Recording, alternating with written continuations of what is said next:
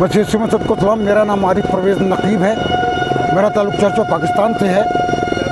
हम इस वक्त जो यहाँ पर तमाम दोस्त और लोग इकट्ठे हुए हैं, ये मणिपुर भारत में होने वाले कत्ल गारतगरी, जुल्म बर्बरियत और तशद्दुद जो मसीहों पर किया जा रहा है, उसके ख़िलाफ़ इकट्ठे हुए हैं कि हुकूमत भारत अपने रवश पर गौर करे।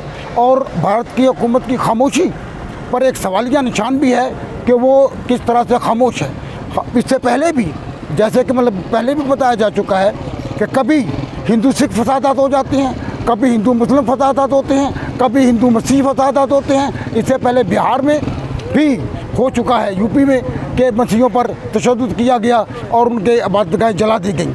उसके बाद इस तरह का एक वाक़या मद्रास और केरला में भी पेश आया था, जहाँ पर मसीहों को कुचलने के लिए इंतहा पसंद हिंदुओं को इकट्ठा किया गया। और आज मणिपुर में ये हो रहा है कि मसीहों को कुचलने के लिए वहाँ के इंतहा पसंद हिंदुओं को खुली छूट दे दी गई है।